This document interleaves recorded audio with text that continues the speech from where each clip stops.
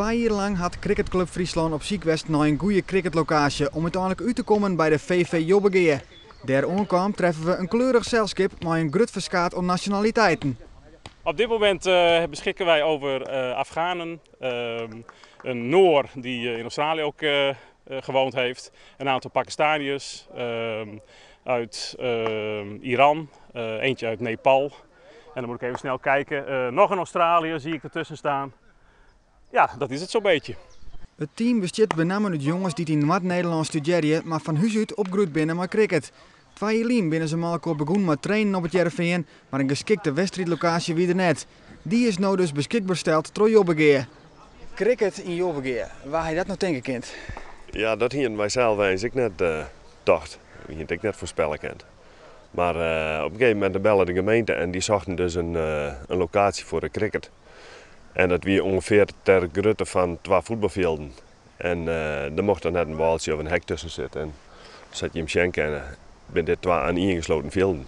En zo er kind voor het eerst in 115 jaar weer cricket worden in Friesland.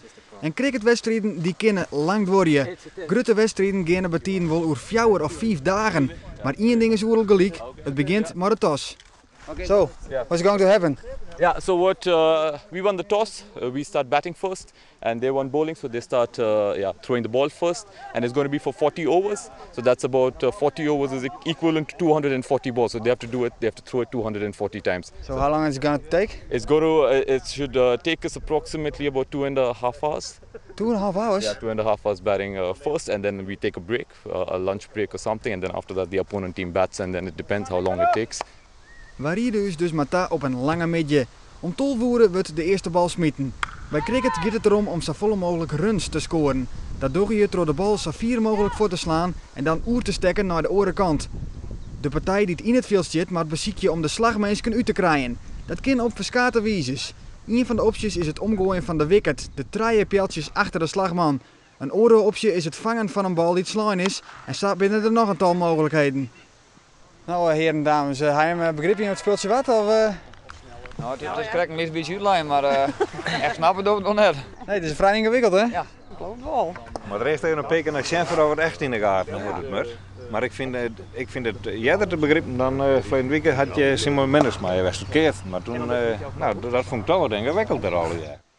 Al gauw wordt duidelijk dat de gretige Boetelandse studenten van Friesland een stuk beter binnen als de ploeg uit Hengelo. Ze rammen de bal heel tijd uit het veld en blijven maar scoren.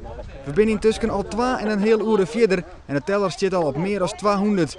En secretaris van Bijleveld had nog geen bal slaan. Waarom moet dit nou zo lang worden? Ja, nou inderdaad, ik kan me het voorstellen. Maar er gebeurt wel wat. Elke bal gebeurt iets. En dat is dan toch voor degene die aan de kant zit. Lijkt het misschien alsof het minder dynamisch is, maar elke bal gebeurt wat. Maar zoals de mensen die aan de kant zitten, nou ja, er stier nog een groepje toen de wedstrijd begon, maar ze zijn al even verdwenen. Ja, dat klopt. Maar misschien komt het ook door de regen. We zullen het in het midden laten. Maar ik denk ook dat als je de regels niet kent, dat is het belangrijkste. Als je de regels niet kent, ja, dan boeit elke bal je niet, want je weet niet precies wat er zich afspeelt. En na dikke 2,5 uur is het dan zover. Van Bijleveld komt het veld in. Maar dat zijn collega's het hier lang uithouden, wordt de wicket van Bijleveld al binnen een uur rekken. Meen je dat? Nou, het voelde als een uur qua inspanning. Want ja, elke bal is toch een stuk inspanning. Nou, dan is het misschien maar een half uurtje, maar het voelt als het dubbele. Friesland komt uiteindelijk tot 298 runs. Het is intussen 4 uur en het is de beurt aan Hengelo om te slaan. Soenje sissen. Maar nee, eerst moet er nog luncht worden. We doen nog maar even wat langer te maken, zeg maar. Om de dag nog wat langer te maken, ja. Inderdaad, de dag wordt daar misschien iets langer door, maar ook veel leuker. En ja, het is gewoon een stuk traditie wat we graag in ere houden. Om 4 uur staan beide partijen weer op het veld en het niveauverschil wordt nog duidelijker.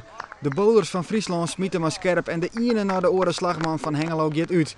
En om 6 uur jongens, 6 uren dus naar de eerste bal, maakt het van Bijleveld een eind naar de partij. De eindstand is uiteindelijk 298 van Cricketclub Friesland en Hengelo bloedt een flink eind achter met 63. De eerste thuisoverwinning. En de eerste thuisoverwinning, ja. Historisch. Ja, dat is inderdaad historisch. Ja. Ja, voor het eerst inderdaad in 127 jaar weer cricket op Friese bodem ook. Ja. Mooie overwinning erbij. Ja, overwinning erbij. Ja. Nee, we zijn heel tevreden.